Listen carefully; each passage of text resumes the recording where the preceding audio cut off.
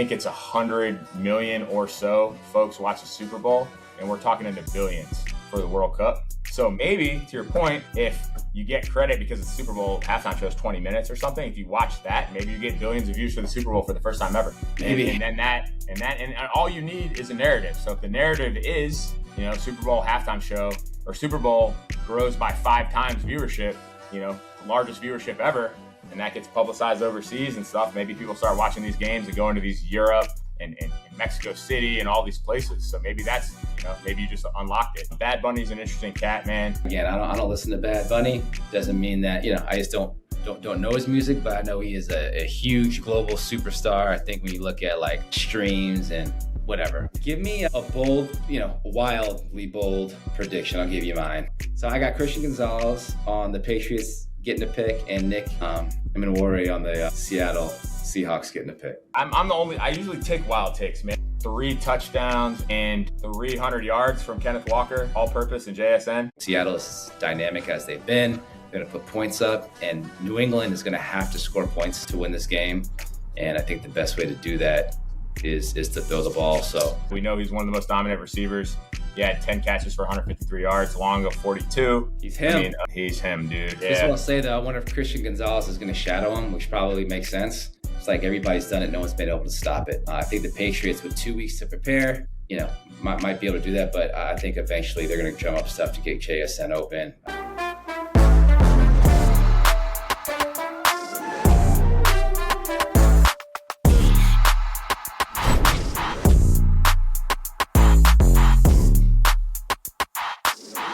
Welcome back to the Can't Teach Taste podcast with your boys Matt Gannum and Todd Tomlinson.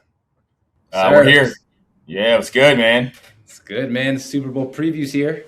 Yeah, man. We got a Super Bowl preview action for you. We're going to record 2 episodes this week.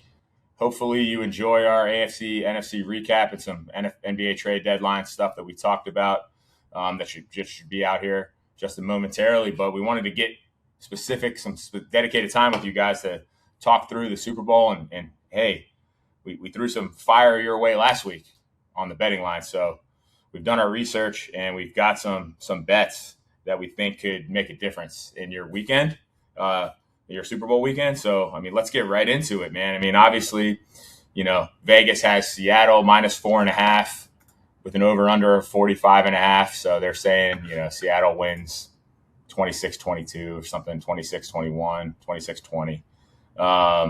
If you look at what happened and some of the analysis that we did, we sort of kind of took out the Broncos game because of the snow with the Patriots. And, that obviously changed the entire dynamic of the game. It would have been completely different had there not been snow. Seattle played in obviously great weather or better weather. And, it was a lot more outside of the second half in San Francisco, I suppose, too, because we did remove some of that as well because, Jackson Smith and Jigba didn't have a big game because they were up, big the whole game. So if you look at the averages, the Patriots averaged 18 points and giving up 9. They played 3 great defenses and 3, maybe the worst 3 quarterbacks in route to a Super Bowl in history. Wild. It was just the slew of quarterbacks they had to go through must have been the easiest. Obviously Justin Herbert's a good quarterback. Didn't play great that game. I think he's overrated. That's a story for another day. But yeah, if you were to say, the 2 games to get you to the Super Bowl would have been against CJ Stroud, who's been absolutely horrific and has digressed in a major way since his rookie year, and Jared Stidham. I don't know any team that wouldn't sign up for that. So, but the defenses were elite that he played against, but they were. I think New England's defense isn't too bad itself. So I say the road. Been hearing a lot of hate this past week about the road that the Patriots had to take to get there and how easy it was. And I agree, but hell, it's not their fault. You have to play who's in front of you. But I wouldn't call it murderer's row of quarterbacks. No, they played defenses in round 1. They played defense 5. In round 2, they played defense 1. In round 3, they played defense 2, which is the only reason that the games were even close, at least the last 2 specifically. And then, of course, Patriots are a top 10 defense as well. It's very different, though, for Seattle, averaging 36 points, giving up 17. But they also played defense is 17 and defense 20. So It's a little different. They're going to play a top 10 defense for the first time. But obviously Seattle's offense is more potent. Sam Darnold's been, a juggernaut of sorts in these playoffs, in the season in general. I mean, the last 2 seasons, really. There's going to be a whole state, and like city and state out in the Midwest that is going to be regretting watching this game right now because, they could have had him. I will say, too, as an aside, shout out to my Raiders back there. I don't think there's ever been a quarterback as bad as Geno Smith was this year. So bad that the team he left went to the Super Bowl, and the team he went to has the number 1 overall pick. Damn, that's shit. I didn't think about that, bro. That's got to be a first. There's no way that's ever happened. No way that's ever happened. Because if you're that bad, you wouldn't get a starting job the next year. You traded a 3rd-round pick for him. You're paying him $35 million a year. Shout out Pete Carroll for robbing us blind, letting Mark Davis do what he does. Anyway, set you up nicely, man, for the future. It is very easy for me to sit here and say that if Geno Smith stayed in Seattle, that we'd be talking about Matt Stafford and Drake Maye and not Sam Darnold. Yeah. But here we are. Holy shit! Can we stop this narrative? I talked about this last week, but all the hate the Jets get because Sam Darnold made it to the Super Bowl. Sam Darnold would have never succeeded in New York, and him leaving New York is half of his fault. He played like shit. But let's not forget, 3 other teams let Sam Darnold walk out the door as well. So if you're going to talk shit about the Jets, you talk shit about the Carolina Panthers, the 49ers, who Sam Darnold is better than Brock Purdy. But most of all, you got to talk down on the Vikings for letting him walk. Because if you look about how bad J.J. McCarthy was and how good Darnold has been, and the regression from Darnold, to McCarthy, that's the team that should be getting the heat. So I'm done with the Jet slander. It's funny. Ha, ha, ha. You guys can laugh about my team. We're going to be terrible again next year. But I think that's something that really hasn't been talked about enough is just how the Vikings dropped the ball there, which is surprising with O'Connell and how he let that happen. But that's a story, again, for another day. Sam Darnold takes that team that Geno Smith couldn't. And for all intents and purposes, Geno Smith played solid there.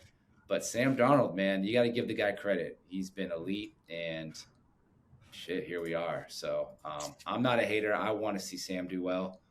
I always liked Sam, even when he didn't play well. But I thought he was always a good kid when he was at the Jets and had talent and found the right situation. And, man, he's 1 game away from being a Super Bowl champion and winning a ring before guys like Josh Allen, before guys like Lamar Jackson.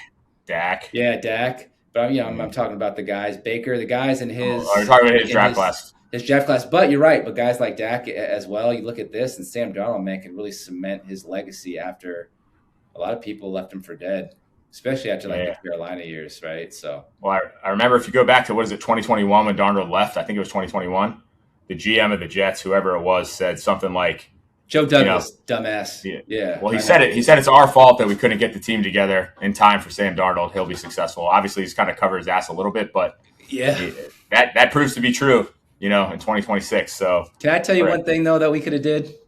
Guys, I'm going to get off this. This isn't about the Jets. No one wants to hear about the damn Jets. This is the New York Jets offseason preview. Listen how crazy this is. We should have kept Sam Darnold in that draft. Instead of getting Zach Wilson, we draft Jamar Chase. And not only that, another malpractice, which is wild, is we didn't have a need at edge rusher a couple of drafts ago. We had a need at wide receiver. We could have drafted Jackson Smith and Jigba, which everybody thought we should have did, but we drafted Will McDonald, another edge rusher, and we could have had JSN. So our receiving core could be Sam Darnold with Jamar Chase and JSN, but instead we are looking at the number 2 pick, no quarterback, terrible coaching staff, and we're fucked. So anyway, that's it. Enough Jet talk. I'm just talking about how bad our GM was, and Sam Darnold might win a Super Bowl here. All right. Yeah, Todd would have seen a win in the last 5 years if that happened. Let's move into the Patriots, right? Obviously, we can actually, you know what? Let's give our Super Bowl predictions because that's what people are here for. We'll do it at the end. Let's do it at the end. All right, we'll do it at the end. We'll make them wait. Make them wait. I'm going to run through some stats for you guys. This is the part you want to listen to. This won't be a long one. Drake Maye in the air. This postseason, I'm going to take out the Broncos game because they were clearly not trying to win that game. They were just trying to not lose it. He averaged 223 passing yards, 2 touchdowns, and a pick. Nothing crazy good. There's nothing that you want to look at as it relates to Drake Maye from a betting standpoint. Maybe the biggest smash bet, though, is Drake Maye over 36.5 rushing yards. That's one you take. He had 66 and 65 yards in 2 of the 3 games against Houston. I mean, he had 4 for 10, 36.5 yards, and then also over 6.5 rushing attempts. I mean, even in his worst game, he had 4. The other 2, he had 10. And I have an opinion that Seattle goes up in this game. I don't think the Patriots have had to play from behind. He's going to be in the shotgun. They're going to be setting pressure. Drake Maye is going to run the ball. I love those bets. I don't know what you think. I'm not touching his pass yards over under 222.5. I mean, it's right around his average. I'm not touching that. Pass touchdowns over 1.5. You can do that if you want. I'm not into that. You can also bet that he throws a pick. That's minus 120. I kind of like that. But I'm giving you a confidence of 5 and a confidence of 4 on 36.5 rush yards and 6.5 rushing attempts for Drake Maye. What do you think? I like that. I like that. Obviously, Seattle's defense, they're going to do whatever they can to keep him in the pocket. There'll be some design runs for sure. I think Josh McDaniels will draw up a couple design runs. RPOs, on third down and short, there'll be some design runs for Drake Maye. I say they'll probably run around 2 or 3 actually designed runs for Drake Maye. But to your point, what happens is when they drop back in coverage and the C's kind of part and open up is when Drake Maye's the most dangerous. So I think he's going to rattle off a couple of those like 12, 15-yard runs along with a couple design runs. I think Seattle's really good, and they're going to try to keep him contained and have a spy on him at all times because he can beat you with his legs. But I do like that bet, right around there because I do think they're going to draw some stuff up for him to use his legs a little bit and get him on the move. So I like that, and I also think he's throwing a pick this game. So yeah, I'm not mad at the interception. I think he's going to have to throw the ball a lot. To your point, I think they're going to play from behind at some point. I think they're going to have to throw the ball a little bit more than they want to. I think that Seattle's going to be really good against the run. I do expect to see Trevion Henderson a little bit more involved, get him in the screen game a little bit. He's so dynamic. Obviously, Stevenson's a tough runner between the tackles, but I think New England's going to try to run the ball. But if Seattle's as dynamic as they've been, they're going to put points up, and New England is going to have to score points to win this game. And I think the best way to do that is to throw the ball. So, I think Drake Maye is going to put the ball up there, and they might disguise some coverages, confuse them. I see a pick coming, and he's turned the ball over quite a bit, even though a lot have been fumbles. I think Drake Maye is going to turn the ball over once or twice this game. I mean, I think he's thrown a pick in both games, or he's thrown 2 picks. Obviously, last game he didn't even throw the ball, so it doesn't count. But we're not getting into Seattle right now. But a good parlay that I'll throw out is Drake Maye parlay with Sam Darnold over 1.5 touchdowns. So interception for Drake, 1.5 touchdowns for Sam Darnold, and that's pretty much even money. It's like minus 114 for Sam Darnold. That'll pay pretty well. That'll probably pay like 350 or something like that. Let's get into the rushing game of the actual running backs. You have 2 running backs on the Patriots that they'll use. Ramondre's averaged 17 and 65 this postseason with a long average of 15 yards. So he's playing well. Trevion, man, he hasn't really played a lot. The first 2 games, he had 3 carries last week, and they didn't throw the ball. Ramondre had 10. He's averaged 9 and 12. So he's averaging, 40%-ish of the carries that, 40% of the total carries. And he hasn't been dynamic. He has a long of 15 in the first game, but the other 2, he averaged 5. So the only bets that I have are for Ramondre. His over-under rushing yards is 50.5. He has 71, 70, and 53. He did 53 last week. I mean, I feel like that's a 4.5 out of 5 confidence, right? He's been their main running back, and Trevion wants to drop the ball on the floor. Trevion, I'm not touching anything. Longest rush over 7.5 yards, not doing it. Rush over under 17.5 yards. I mean, he had 5 yards last week. I mean, you could do it. I'm not doing it. I'm going Ramondre. They're going to be running the ball. They want to slow it down. They're going to want the bruising running back. Obviously, Trevion's the guy that can get you 0, -5, -5, 0, and then 50 or not. So I'm going to go Ramondre over 50.5 rushing yards. The other props for him are longest rush over under is 12.5. I mean, he probably does that, but I just don't like it. It's too. There's better bets than that for me. And then rushing attempts is 14.5. He's averaging 17. I don't hate that either. I just don't know, like, if the game changes in the second half, if Seattle's up, that's where I don't like the attempts. Yeah. Right. I think he can still get 50.5 if he plays well, but the 14.5 I don't like. They're hard to run against, man. Seattle was third in the league in rush defense this past year. Ramondre is definitely north-south between the tackles, which is where it's really hard to run against Seattle. To your point, I think they trust him a lot more than they trust Travion as a rookie. I mean, Travion, almost ran for 1,000 yards this season. He's obviously that more dynamic back who can get outside the tackle and break one. So I'll be interested to see if it's tough sledding inside. Maybe they try to draw some stuff up for Travion. It's the rushing bets in this game are tough just because of how stout Seattle's rush defense is. So yeah, I don't know if I'm touching any of the. It makes sense to me. Knee jerk is that I like that Stevenson bet, but it's tough. I don't know if I'm touching the rushing. The only rushing bets I have are for Drake Maye and Ramondre in the whole game. Mm-hmm. That's the only rushing bets I have. When you look at receivers. You have Stephon Diggs averaging 4.5, 28.5, and essentially a touchdown every other game in one or two games. I mean, I don't like any of his over-unders, 43.5 yards. I mean, you could do it. He hasn't done that one time in the playoffs. Obviously, they might be down. But you just don't know where it's going to go. Catches, 4.5 yards. He's only done that once in the playoffs in 3 weeks. And the long catch, 17.5. I'm not touching that at all. You go to Kayshon Boutte's had a much better playoffs. Although, he's only had a couple less catches. He's had two big games. One was 75, one was 66. His longest catch over under 17.5. I kind of like that bet. Mm-hmm. His long was 32 and 42 in the first two games. Obviously, I'm taking last game out. So his average is in like the mid to high 30s. So it's like they're going to take a couple shots downfield. He's going to get one of them, is my guess. Not as confident in that. Over 30.5 receiving yards, I do like, though. He had over double that in both of the first two games of the playoffs. So I like Kayshon. They're not afraid to take shots down the field. So they're going to. A couple. Yep, with Boutte especially. Stephon Diggs isn't as much of a down the field vertical threat, as he used to be. Boutte is that guy. And they're taking shots with Boutte against Surtain last week.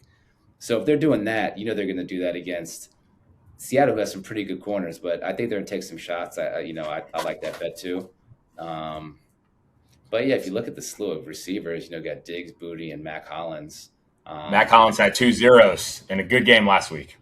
Only 2 catches.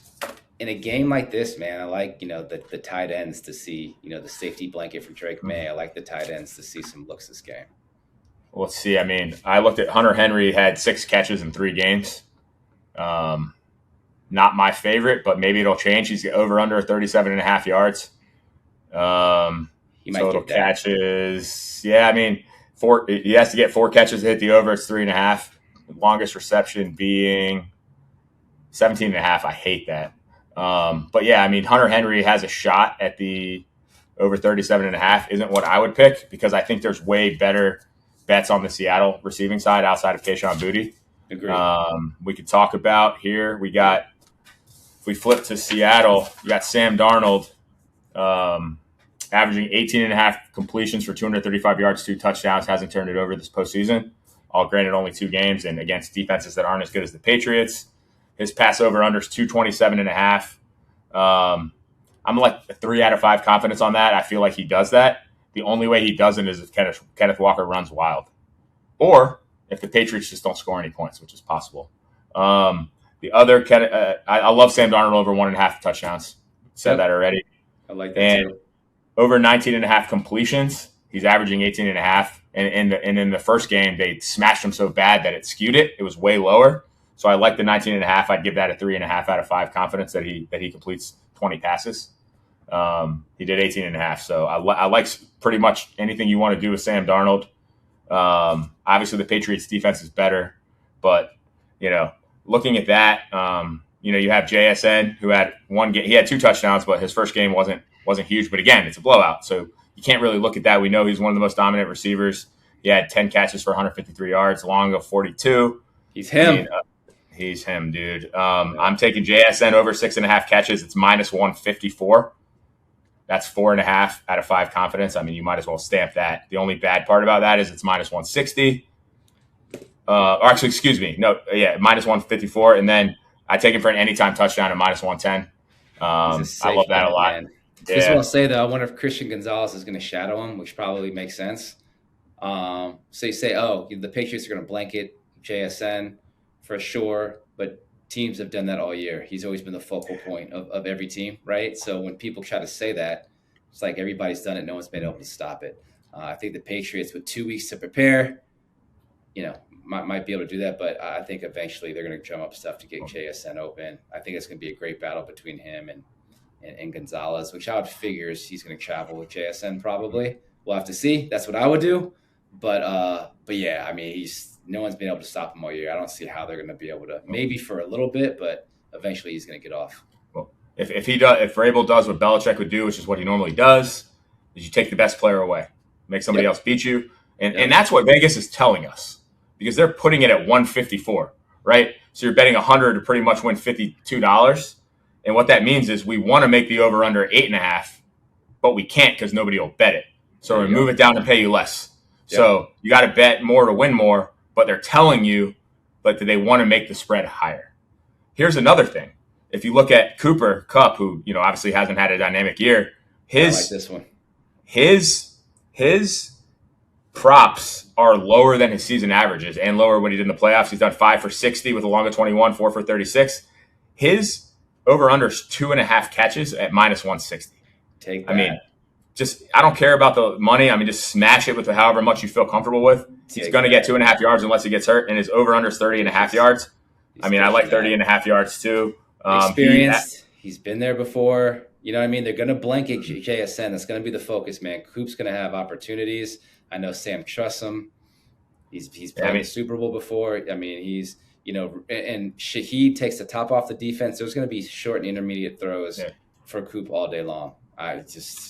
He could be a reason JSN has a less of a game just because, he averaged 48 yards a game, which is more than his senior's average in the playoffs. I think he'll smash 30.5 yards. I think you're good with Jackson Smith also.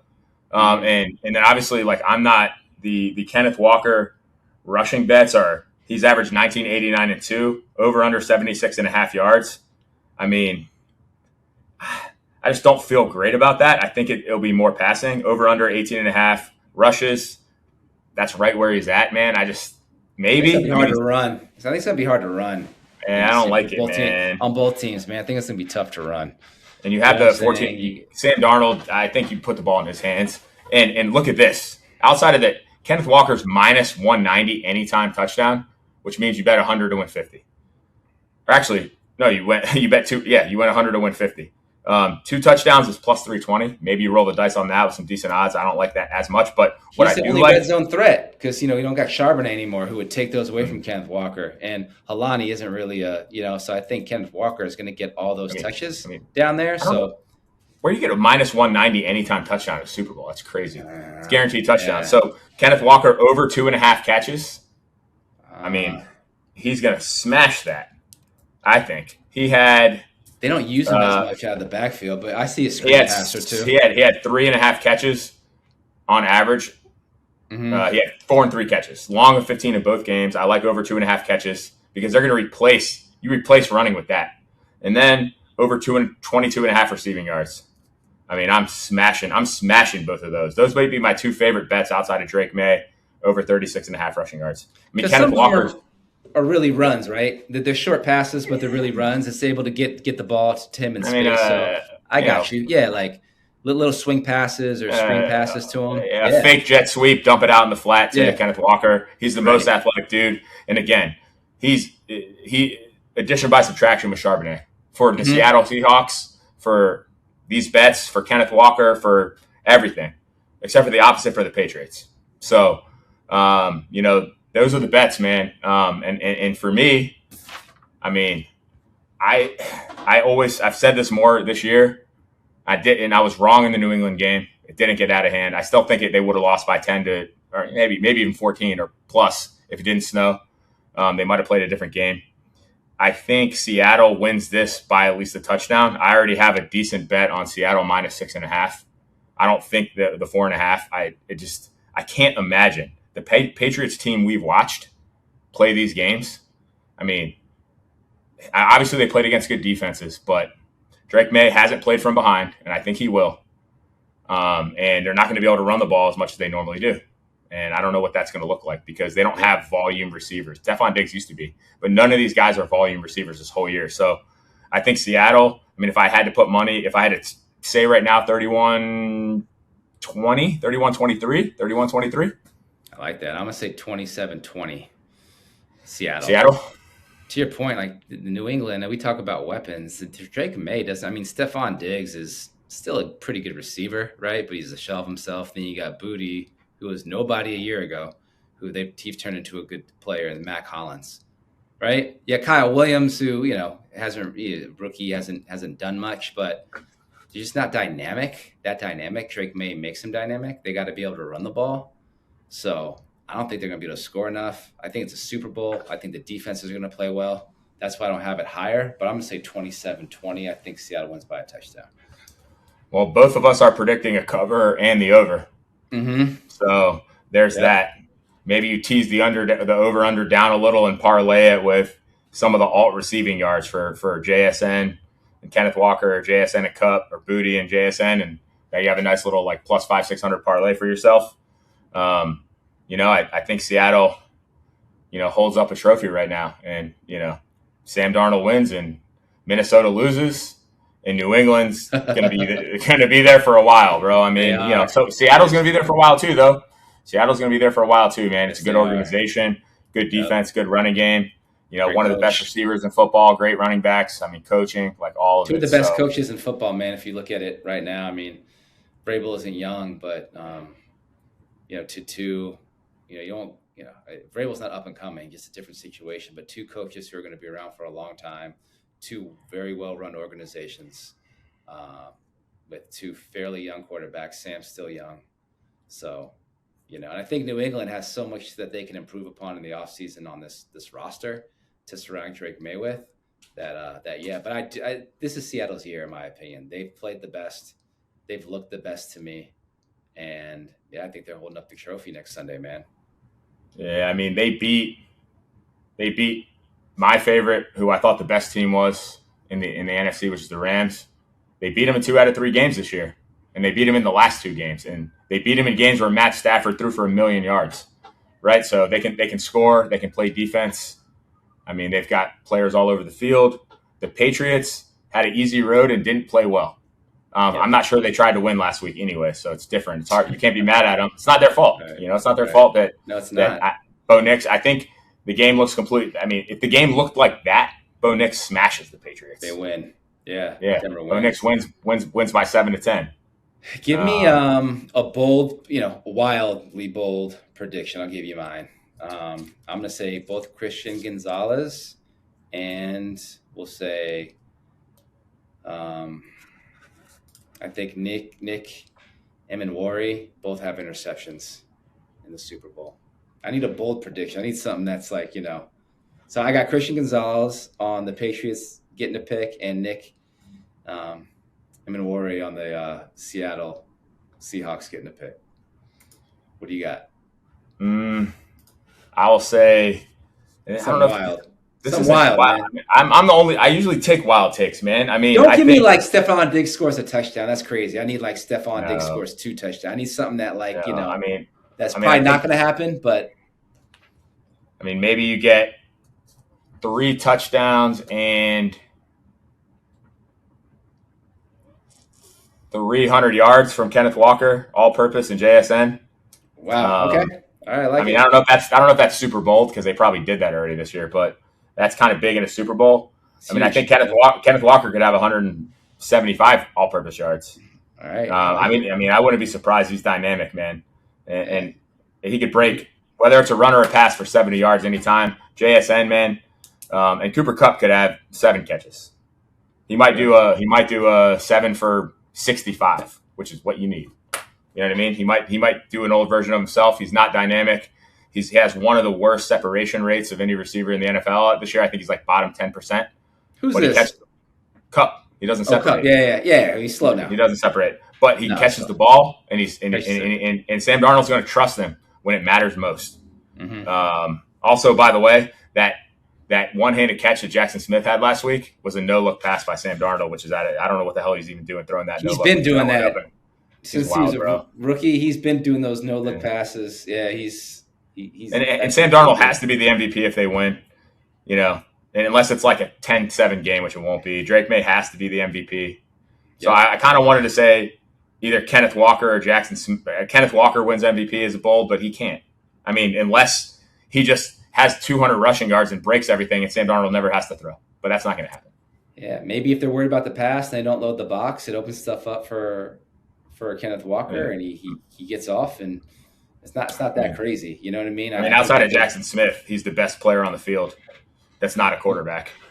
I don't think you can load the box, man, against Seattle. There's too dynamic offense, with those receivers and Darnold. I don't know if you can load. I think there's going to be opportunities for Kenneth Walker, even though I love over 2.5 catches. I know minus 148 stinks. Maybe you make it 3.5 and just smash it out of the water. Smash it. Go for it. Yeah. 22.5 receiving yards. Smash that one, please. It's going to be. He could have 50. I mean, he should. So, especially if you can't run. Agreed. What's as good as a run? A dump off, because it's not going to be incomplete. The clock's going to run, and you get him in space. Get him in space. That's really it. I mean, I hope you all listen to these bets. Let us know which ones you pick. Hit me up if I ruin your weekend with any of these picks. Send us some funds, man. If y'all win, yeah, dude, we'll take 25% off the top. You can send me however you want. No care package never hurt nobody. Yeah, man. Hook your boys up. We'll put that in the Super Bowl fund next year for when Josh Allen goes. We'll see. All right, man. So let's get into this Super Bowl halftime show, man. What's your boy Jay-Z doing, bro? Got Bad Bunny and 1990s rock sensation Green Day performing at halftime of the Super Bowl. It's quite the mix. I wish my boy Jay-Z would just perform on his own. That's what I want to see. That's my favorite rapper of all time is Jay-Z. But I don't know. I know Big Bunny, like, globally is a huge star. I'm not a fan of his music personally. I don't listen to him. I know of Green Day just from growing up, but I don't understand the mix at all. I know a lot of people that are looking forward to it. A lot of the ladies are looking forward to it. I wouldn't say any of my boys are looking forward to it. So I don't know, man. I don't know what it's weird because like the Super Bowl tried to get, modern. For the longest time, they were doing like the old school bands, like the Aerosmiths and like the U2. And then they try to get, more young when they get like the Rihannas and stuff like that. I personally loved even the Justin Timberlake halftime show or the Usher and obviously the Dre and Snoop show. I love, but I don't know the direction, man. I think the NFL is so strategic in that, the Latin audience, they're going to get a whole new audience for the game that they probably wouldn't have gotten just from having Bad Bunny on the halftime show, man. So it's all about this. So I don't really have an opinion, man. I might be, grabbing some food during the halftime show. I can't say I'm gonna watch it. You know what I mean? And plus, I'm team Kendall Jenner, bro. I know Bad Bunny and Kendall ain't together anymore, so I can't support it. But what do you think, man? Like we're obviously, and for y'all that don't know, we're gonna get into music. Like me and Matt are huge, music buffs, and Matt has a lot of knowledge of the music industry and the music game, and give a lot of insight. But from your chair and what like, why do you think they picked those two? It's a weird combo to me. Yeah, I mean, obviously Jay last year, wasn't bringing anyone up that's competition, right? He didn't want 50 on when Eminem and Dre were on, but Eminem said he wouldn't go without 50. Doesn't like 50. DMX has made his comments in the past about Jay-Z and how once D got on, he didn't want him around. Obviously, Kendrick's not competition. People actually probably at this time a year ago believed that he was competition to people, but he's not.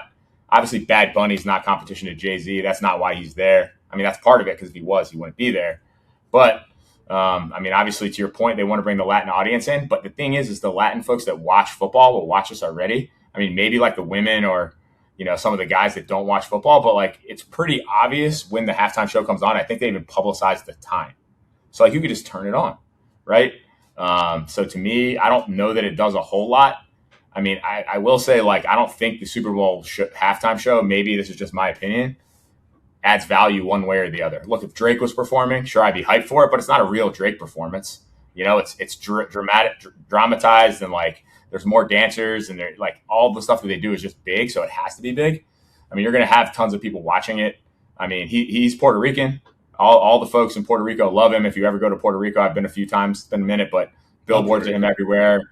Bro, Puerto Rico is great. There's, urban, and there's completely rural beach, there's everything, but everything has his face on it. They love him. I'm sure it's the whole way through South America and, parts of Europe and things like that.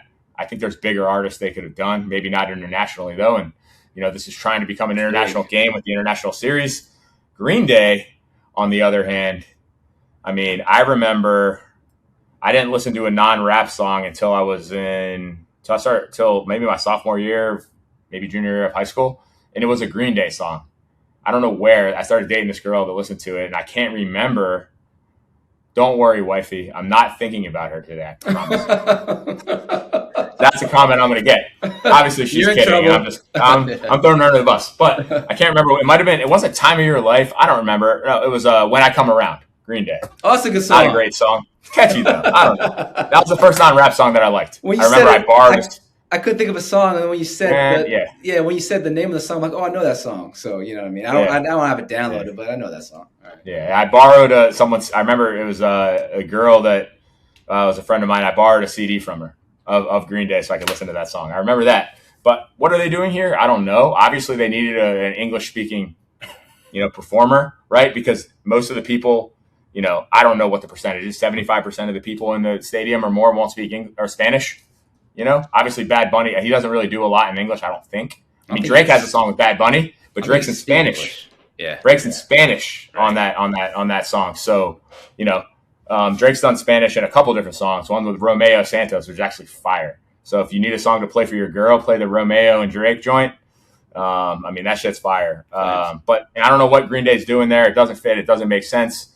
Maybe Jay-Z owns part of their masters and he wants to get paid on their streams. That's the only thing. I didn't look that up. And maybe Jay-Z has some kind of interest in Bad Bunny. No more Jay-Z slander. Yeah, I'm sure he does. Rock Nation. It's not slander. It just is what it is, dude. He's the one that decides. You know what I mean? I'm kidding. There's got to be something like that. There's a connection that we don't know or we haven't looked up. I am so just curious on how they're going to mix this performance together. Because at some point, Green Day's going to have to come in, right? And come. I'm just intrigued on how they're going to do it.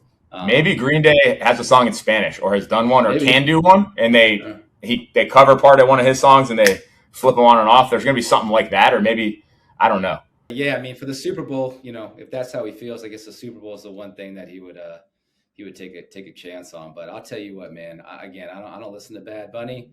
Doesn't mean that I just don't know his music, but I know he is a huge global superstar. I think when you look at like streams and whatever, we know all that stuff can be, diluted, convoluted, however you want to look at it. But he's big, so I'll see. And I don't know how the viewership works on something like the Super Bowl. Like when they see this, maybe people watched it. Like how long do they have to watch it for? If they just tune in for the halftime show, does that count? Like what does that look like, right? So that's all strategic. Yeah, you know what? To your point, because I think viewership, and this is one thing that always gets compared. It's compared World Cup final viewership to the Super Bowl, and it's I mean, essentially, like I think it's 100 million or so folks watch the Super Bowl, and we're talking in the billions for the World Cup. So maybe to your point, if you get credit because the Super Bowl halftime show is 20 minutes or something, if you watch that, maybe you get billions of views for the Super Bowl for the first time ever. Maybe. And all you need is a narrative. So if the narrative is, Super Bowl halftime show or Super Bowl grows by 5 times viewership, largest viewership ever, and that gets publicized overseas and stuff. Maybe people start watching these games and going to these Europe and Mexico City and all these places. So maybe that's, maybe you just unlocked it. And Jay-Z probably gets paid on it too from them. Man. But of course, man. But anyways, yeah, man, we had a talk. Your boy's going to be there, man. I don't know one thing as an aside, if you've never seen the show Uber, it's called Super Pumped. It's the story of Uber. Travis Kalanick. I started reading the books. I've seen the show a few times. And in the show, Beyonce is performing at like some event they have in Vegas, which is like the craziest event of all time. Like what they put in the show is actually what happens because I read it in the actual book. But what they don't say in the book, obviously they don't show Beyonce because they're not going to put her in the show, but she performed. Jay-Z sat in the back at the top of like the venue, whatever it is, smoking a cigar. You know how they got compensated? Both of them Uber stock. Oh, so they got to tell the employees they were partners with Jay-Z and Beyonce after that performance. That's wild. That's a wild story. Crazy story. It's a crazy story. I got to finish that show. I've seen the first couple. That's a good show. Super show's great. Yeah. I mean, Jay-Z is just the don of it, man. I mean, he got smart. Beyonce performed for probably 30 minutes. They probably put him on a PJ to Vegas. They probably put him in a suite, and he got shares in Uber stock long before Uber stock was Uber what it is now. I mean, we're talking 2014 or 2015, where the shares were, the company wasn't even close to profitable. They were just trying to grow, and bro, like Jay-Z got probably 100,000 shares or something crazy that was probably like $50 million worth of equity in the end. You know what I mean? So that's why he hasn't rapped, man. Why rap when you got billions? Whatever. Yeah, he's like, why am I rapping? I'm in the back. So That's right. I don't know about that. All right, y'all. Well, thank you guys for listening. First ever, one topic episode that we have. Hopefully you'll be seeing some NBA trade deadline emergency pods in the near future because Giannis is apparently saying I'm getting out of Wisconsin. So we'll see what happens, man. We appreciate y'all listening. About time. There's one thing you can't do. You know what that is, y'all. Can't teach taste. Can't teach taste. Peace.